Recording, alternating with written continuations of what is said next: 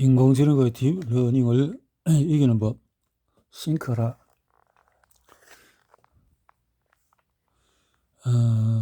참고로 아인슈타인은 시, 논문, 신문사설, 연설문 등 분야를 가리지 않고 썼는데 책으로 치면은 25권이 넘는 분량의 글을 세상에 남겼다. 일곱째, 생각을 실천하라. 아인슈타인은 학창 시절에 쇼펜하우어의 책을 읽고는 생각하는 사람은 생각하지 않는 권력과 거리를 두어야 하고 오직 자신의 생각에 따라서 행동해야 한다는 쇼펜하우어의 철학에 깊이 빠져들었다. 이후에 아인슈타인은 타인의 시선을 신경 쓰지 않고 오직 자신이 생각하는 대로 살기 위해 노력했다. 물론 그렇게 살면 집단에서 환영받지 못하고 심지어는 따돌림을 당할 수도 있다는 사실을 잘 알았다. 실제로 아인슈타인이 통념을 벗어나서 사고하고 행동하자 심한 반발에 뒤따랐다. 하지만 아인슈타인은 이에 굴하지 않고 자신의 생각을 실천했다. 그는 집단에 맞추느라고 자신을 잃는 대신에 차라리 집단을 잃고 자신을 지키는 것을 선택했다. 여덟째, 토론하라. 당대 유명 작가라든가 유명 지식인이 아니면 일절 토론하지 않았던 다빈치와 달리 아인슈타인은 상대가 누구든지 가리지 않고 토론했다. 되도록 아침 늦게 일어난다. 특별한 토론 교칙. 되도록 오전 수업만 듣는다. 강의를 듣지 않고. 또 오후에는 무조건 카페에 책을 들고 모여서 토론을 시작한다. 만일 오후에 수업이 있다면 들어도 좋지만 되도록 빼먹는 것을 권장한다.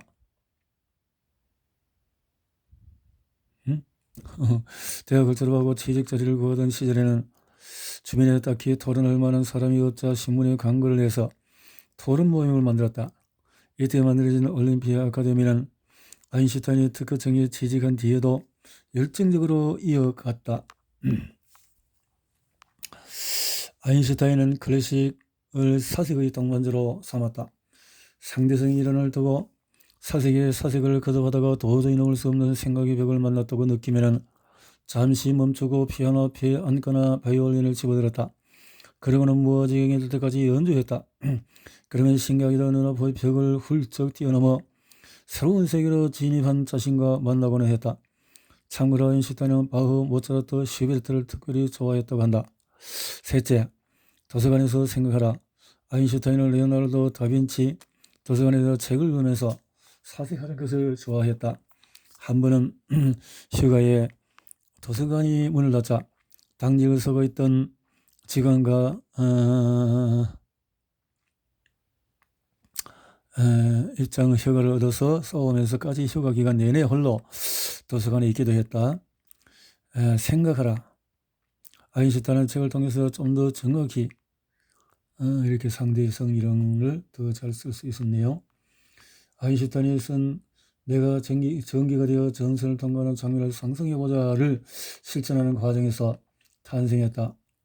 한편으로 아인슈타인은 다빈치처럼 작가를 존경하고 사랑했는데 한때 자신에게 철학적으로나 물리적으로 학적으로 큰 영향을 미친 책을 집필한 에른스트 마흐가 오스트리아 빈 근교에서 반신이 마비된 채 어렵게 살고 있다는 소식을 접하자 프라하에서 작가의 집까지 한 걸음에 달려가 존경과 감사를 표하고 병마에 지친 그의 마음을 위로한 적도 있다.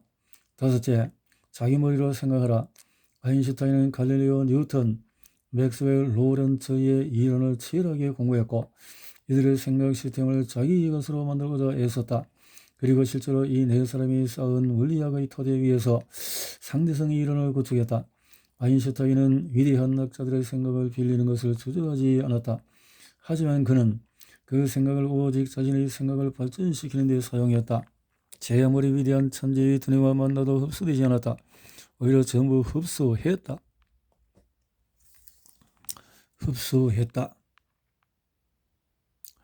아인슈타인의 인문학 공부법, 생각 공부법으로 들어가보자. 그에게는 다음 10가지 생각 공부법이 있었다. 첫째, 이미지로 생각하라. 아인슈타인은 과학자인데도 숫자나 공식으로 생각한 적이 없다. 그는 예술가처럼 이미지로 생각했다. 이렇게 고백했다. 이미지는 본질이고 숫자는 기호는 현상이다. 내가 무엇인가를 생각할 때 먼저 이미지들이 떠오른다. 내가 그 이미지들을 마음대로 다룰 수 있게 된 뒤에야 비로소 내 생각을 말이나 숫자로 표현할 수 있다. 아인슈타인은 상대성 이론을 만들 때 빗줄기 위에 올라탄. 참고로 아인슈타인은 스위스 최고의 문학자인 페스탈로치가 만든 학교에 다니는데 여기서 서양 형성화 교육, 이미지로 생각하는 교육을 받았다. 둘째, 클래식을 사랑하라. 아인슈타인은 클래식을 사랑하는 영향으로 음악의 속에 있을 때부터 클래식을 들었고 바이올린을 연주했다. 아인슈타인은 상대성 이론이 바로 띵크 디퍼런트이다. 앞에서 스티브 잡스의 띵크 디퍼런트는 하이데거 띵크 디퍼런트를 컴퓨터 기술에 적용, 유비쿼터스 컴퓨팅을 탄생시킨 마크 와이저의 띵크 디퍼런트를 차용한 것임을 밝혔다. 그러는 잡스의 띵크 디퍼런트는 없어진 것일까? 아니다. 비록 잡스는 컴퓨터 기술이 있어서의 와이저의 띵크 디퍼런트를 차용했지만 애플의 경영에 있어서만큼은 독자적인 싱크 디퍼런트를 했다. 잡스가 독자적인 싱크 디퍼런트의 본보기로 삼은 사람은 아인슈타인이었다. 빌 게이츠가 지무실 레오나르도 다빈치의 초상을 걸어놓고 등등. 싱크 디퍼런트는 상대성 이론이다. 잡스는 상대성 이론을 창시자인 아인슈타인처럼 완벽하게 이해하려고 노력했던 걸까? 아니다. 그에 관한 자료를 보면 그는 상대성 이론에는 별 관심이 없었다. 대신에 그는 시간과 공간에 관한 수천 년 인류의 관점을 하루아침에 붕괴시키고 인류에게 새로운 관점을 갖게 한 아인슈타인의 싱크 디퍼런트를 만든 힘이 무엇인지, 그리고 힘이 어떻게 하면 자신의 것으로 만들 수 있는지에 대해서 애끓는 관심을 보였다. 이미 리딩으로 리드하라에서 자세하게 밝혔지만 아인슈타인은 다빈치와 더불어 후천적인 노력을 통해서 천재가 된 대표적인 사례다. 과거의 학자들은 천재를 타고난다고 믿었고 그렇게 주장했다. 하지만 과학, 특히 교육과학이 발달하면서 이런 믿음은 잘못된 것으로 드러났고 주장은 폐기되었다. 대신에 천재는 교육을 통해서 개발된다는 이론이 학계의 주류로 잡았다.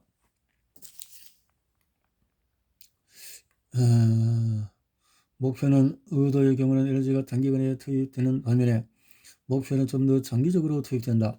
우리가 도달하려는 자아의 모습을 결정짓는 것이 바로 우리가 추구하는 목표다. 테레사 수녀와 마돈나라는 가수의 삶이 판이하게 되는 것은 두 사람이 평생도로 자신의 주의를 투입하는 목표점이 달렸기 때문이다. 일관된 목표의 추구 없이 일관된 자아를 만들어내기는 어렵다. 뚜렷한 목표의 의식을 가지고 에너지를 제대로 투입해야 한 사람의 경험의 질서가 생긴다. 예측이 가능한 행동, 감정, 선택에서 드러나는 이 질서는 시간이 흐르면 개성 있는 자아로서 우리 눈앞에 나타난다. 한 사람이 세우는 목표는 그의 자부심에도 영향을 미친다. 100년 전에 이미 윌리엄 제임스가 지적한 대로 자부심은 기대와 성공의 비율에 좌우된다. 어떤 사람이 자부심이 낮다면 그들은 훌륭한 스님도 눈두리를 낼 만큼 저속하고 비뚤어지는 생각을 가진 사람이 되고 만다. 내가 보기에 동양의 종교가 가르치는 내용은 목표를 덮어놓고 부정을 하는 것이 아니다. 우리 마음속에 저절로 생겨나는 의로는 신뢰할 수 없는 것임을 말하고자 할 따름이다. 궁핍하고 위험한 세상에서 살아남으려 보니 우리의 유전자는 부득불 탐욕스러워지고 남들 위해 군림할 수 있는 힘을 갈망하게 되었다. 마찬가지 이유로 우리가 속한 사회의 집단도 같은 언어와 종교를 가진 사람들밖에는 신뢰할 수 없다고 우리에게 가르친다. 관성은 무시 못하는 것이어서 우리가 가진 목표의 대부분은 유전과 문화의 영향으로부터 자유롭지 못하다. 불교가 우리에게 억눌려야 한다고 강조한 것은 바로 그런 목표다. 하지만 그러려면 어마어마한 의지가 필요하다. 타성이 젖은 목표를 건드린다는 역설적인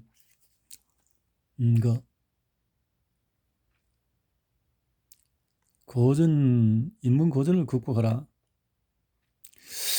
다윗의 인문 고전을 읽을 때 보통 다음 세 단계를 거쳐다. 무조건적으로 받아들이자. 두 번째, 저자의 생각 시스템을 파악하고 자신에게 적용하자. 셋째, 저자의 생각 시스템을 뛰어넘는 생각 시스템을 만들자. 이렇게 저자들보다 자신을 더 소중히 여기기 가능한 일이었다. 인문 고전 저자들의 생각은 마치 어둠 속의 별들처럼 찬란하다. 인문학을 하는 많은 사람들이 그 빛에 누림으로써 자기 자신을 잃어버리곤 한다.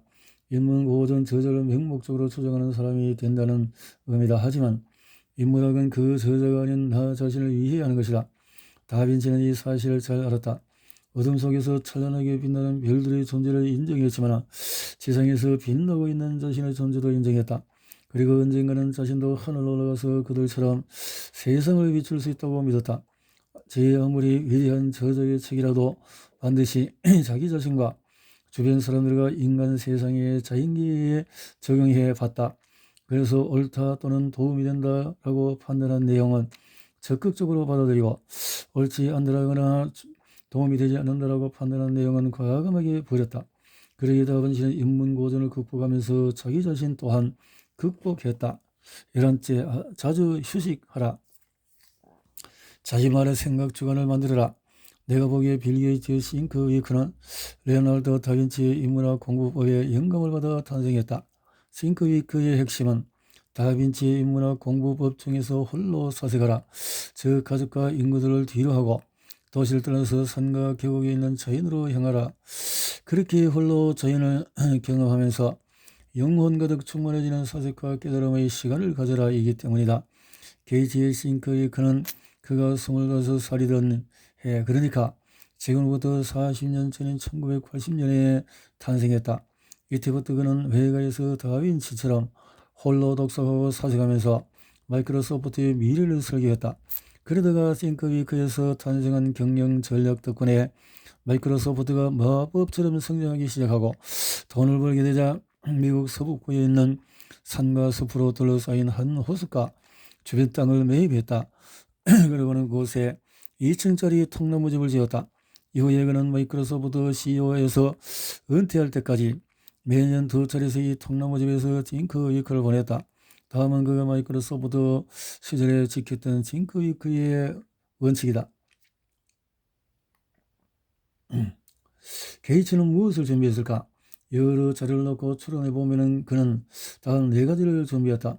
닮고 싶은 인문고전 저자를 선정하고 통나무집 서재를 가득 채울 인문고전을 선정하고 전세계 마이크로소프트 임직원들이 작성한 보고서와 제안서를 선별하고 싱크의 주제와 방향을 선정한다. 둘째, 완벽하게 홀로 있어라. 게이츠가 싱크위크를 보내는 공간에는 그 누구도 출입할 수 없었다. 여기는 가족 마이크로소프트 임원도 포함되었다. 긍정적인 감정의 전형이 때문에 그것은 행복이다. 우리가 일을 하는 궁극적인 목표는 행복을 체험하기 위해서라고 강조한 사상가는 아리스토텔레스 이후로도 한두 명이 아니다. 우리가 재산, 건강, 명예를 바라는 것은 그 자체가 좋아서라기보다 이런 것들이 우리를 행복하게 만들어주리라는 기대를 품고 있기 때문이다. 그러나 행복은 우리에게 뭔가를 가져다 주기 때문이 아니라 그 자체가 좋은 것이라고 여겨지기에 우리의 추구 대상이 된다. 하지만 인생의 노른자위라고 일컫는 이 행복에 대해서 우리는 과연 얼마나 알고 있을까? 금세기 중엽까지도 심리학자들은 행복을 심리학의 연구 대상이 아니라고 보았다. 당시 사회학을 지배한 행동주의 패러다임, 물질적인 풍요와 행복의 상관관계다. 물질적으로 여유가 있고 정치적으로 안정된 나라에서 살아가는 사람들이 더 행복해야 한다는 것은 어느 정도 예상한 결과지만 예외도 있다. 가령 그리 넉넉하지 못한 아일랜드인이 넉넉한 일본인보다 만족해야 한다. 놀라운 것은 한 나라 안에서 개인의 경제력과 삶에서 느끼는 만족감 사이에는 아주 미미한 상관관계밖에 없다고 하는 사실이다. 미국의 억만장자는 평균 소득을 가진 사람보다 아주 조금 더 행복할 뿐이다.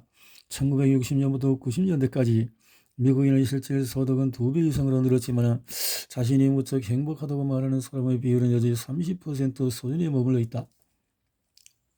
앞에서 보았듯이 사람은 자신의 에너지를 대부분 생산, 유지, 여가의 활동에 쏟는다. 그런데 어떤 사람은 일을 좋아하고 어떤 사람은 일이라면 질색을 한다. 또 어떤 사람은 노는 걸 좋아하지만 어떤 사람이 일이 없으면 좀이 쑤셔서 견디지 못한다.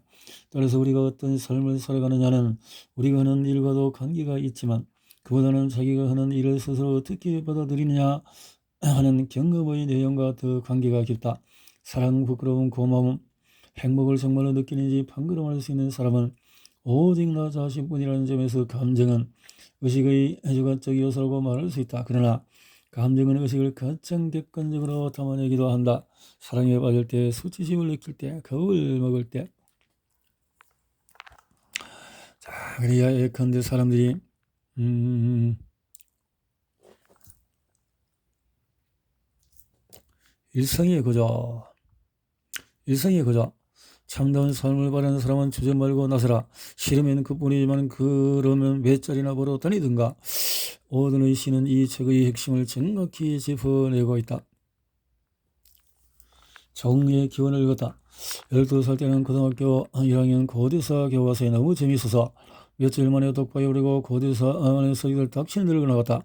건축을 서적하고 건축학 분야의 책을 읽기 시작한 건 10살 때, 11살 때, 12살 그때는 강물을 모았다. 주변에서 볼 수 있는 강물이라야 만화밖에 없었지만 강물학 서적을 뒤져서 책에 나오는 강물들의 속성, 색깔, 정도, 줄무늬 같은 것을 표로 정리했다. 그러다가 13살부터 화학에 본격적으로 관심을 가졌고 화학자들이 특정 물질을 전혀 속성이나 다른 물질로 변환시켜내는 것을 알고 얼마나 신기했는지 모른다. 수소와 산소가 만나서 물이 되고 나트륨과 염소가 결합하여 염화나트륨이 된다는 것이 꿈처럼 들렸다. 같은 원소라도 어떻게 결합하느냐에 따라서 전혀 다른 복합물이 만들어졌다. 그 후로 나는 화학을 이해하는 데 전심전력을 기울였다. 그것은 세계를 이해하는 길이었고 우주의 본질을 이해하는 길이었다. 폴링은 어른들을 깜짝 놀라게 할 만큼 특별한 머리를 가진 신동이 아니었다는 사실을 분명히 짚고 넘어갈 필요가 있다. 폴링은 별로 알아주는 사람이 없고 도와주는 사람이 없었지만 스스로 자기의 미래를 개척했다. 그를 창조의 세계로 이끈 힘은 주변에서 벌어지는 일에 철저히 몰입할 줄 알았던 능력이었다. 5살 무렵인가 잠에서 막 깨어나 주위를 돌려봤을 때 입에서 이런 말이 저절로 생각났다. 야, 참 근사한 세상이다. 이 세상은 어떻게 돌아가는 거지? 난 여기서 무슨 일을 해야 하는 거지? 난 평생 그런 질문을 던지면서 살아왔다. 난 그럴 때가 좋다. 하루하루가 새로워진다. 매일 아침 눈을 뜨는 순간이 나에게는 창조의 새벽이었다. 그러나 폴링이나 핸더슨처럼 마음의 여유를 가진 행복한 사람은 많지가 않다. 생활에 부딪히다 보면 우리 같은 평범한 사람들은 당면한 목표를 이루는데 하등의 도움이 되지 않는 우주의 본질이나 우주 안에서 인간이 차지하는 위치 등의 문제에 대해서는 신경을 써둘 겨를이 없다. 하지만 관심을 사심없이 기울일 줄 모르는 사람의 삶은 얼마나 삭막한가. 그런 사람은 경계를 느낄 줄 모르고 놀랄 줄도 모르고 감탄할 줄도 모르며 인간의 공포와 편견이 정해놓은 울타리를 감히 벗어나려고 하지 않는다. 어렸을 때부터 호기심과 관심을 키우는 연습을 해오지 않는 사람은 지금이라도 늦지 않았으니 삶의 질을 끌어올리기 위해서나 이 점에 신경을 써야 한다. 말로 하기는 쉽지만 사실 그 원칙을 실천에 옮기기는 쉽지가 않다. 이 세상에는 볼만한가 할만한가 들을 만한 것이 얼마든지 널려있다. 그러나 우리가 관심을 기울이지 않으면 그것들은 우리에게 정말로 흥미롭게 다가오지 않는다. 이런 말을 하면 어떤 사람은 세상 물정 모르는 숨지는 소리라고 비웃는다. 지금 하는 일도 제대로 못하는데 어느 세월에 그런 한가한 노름이나 하고 있겠는가 하고 하기가 시간이 부족하다고 다들 아우성이다. 그러나 시간이 부족해 보이는 것은 사실 자기 관리를 제대로 하지 못해서인 경우가 많다. 우리가 하는 일 중에서 우리에게 정말 꼭 필요한 일이 얼마나 될까? 우리가 관심을 흩뜨려 놓는 판에 박힌 일들을 잘 추려서 우선순위를 매긴다면 지금처럼 시간이 없다는 아우성이 터져나올까? 빠져나가는 시간을 수수방관하는 사람에게는 당연히 늘 시간이 부족하다. 그러므로 우리에게 시간을 잘 다스리는 지혜가 필요하다. 먼 훗날 재산을 불리고 안정을 누리기 위해서가 아니라 지금 이 순간 삶을 즐기기 위해서라고. 우리가 어떤 대상에 흥미를 느끼는 건 그만큼 그게 공을 들였기 때문이지 저절로 그렇게 된 것은 아니다. 벌레나 강물은 그것을 수집하지 않는 사람에게는 무용지물일 뿐이다. 사람도 마찬가지. 우리가 어떤 사람의 생활이나 생각을 알지 못하면 그 사람은 스쳐 지나가는 남일 뿐이다. 마라톤, 암벽, 등반, 카드놀이, 또 라신의 연극은 충분한 관심을 기울여 그 세계의 복잡하고 섬세한 구조를 터득한 사람에게만 지루하지 않게 다가온다. 현실 어디에 눈을 주더라도 우리의 육체적, 정신적, 정서적 행위를 촉발할 수 있는 잠재력을 가진 대상은 얼마든지 널려있다. 지루하다는 넋두리는 절대로 먹혀들지 않는다. 관심을 다스릴 줄 안다는 것은 경험을 다스릴 줄 안다는 것이냐. 그것은 곧 삶의 질로 지켜낸다. 정보는 우리가 그것에 관심을 기울일 때만 우리에게 다가온다. 우리가 기울이는 관심은 바깥의 사건과 우리의 영혼 사이에 필터 구실한다. 얼마나 스트레스를 느끼느냐는 우리에게 실제로 일어난 사건보다는 우리가 관심을 다스리는 방식에 좌우된다. 여가 활동에 참여한 자기 목적성이 있는 202명의 청소년과 자기 목적성이 없는 202명의 청소년을 일주일 동안에 ESM 방식으로 추적하여 알아낸 경험의 지름, 집중력, 즐거운 행복감, 적극적으로 여가 활동을 한다면 경험의 질이 어떻게 달라질까 이렇게 차이가 나네요. ESM 방식으로.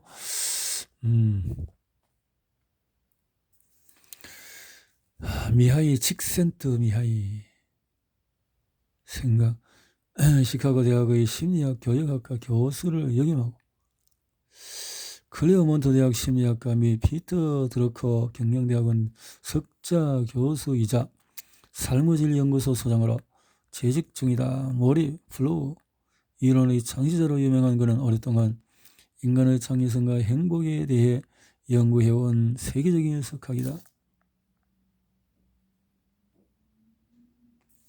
자기 목적성이 없는 10대 활동의 시간의 비율은 공부, 취미, 운동, TV,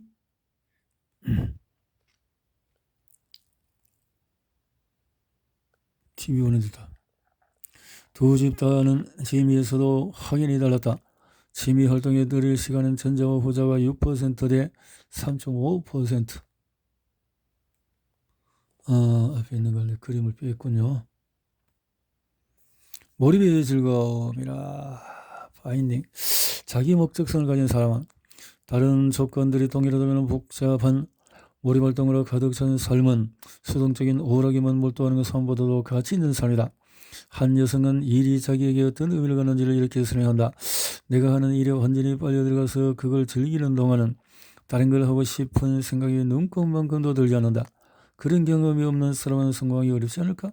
아니면 미국 남부인 것처럼 자기 목적성을 뜻하는 영어 아우토펠릭 목적, 자기의 목적 그 자체가 좋아서 할 때 그 일이 경험하는 것 자체가 목적이 될 때를 우리는 자기 목적적이라고 한다. 물론 모든 일에 자기 목적성을 가지고 임하는 사람은 없다.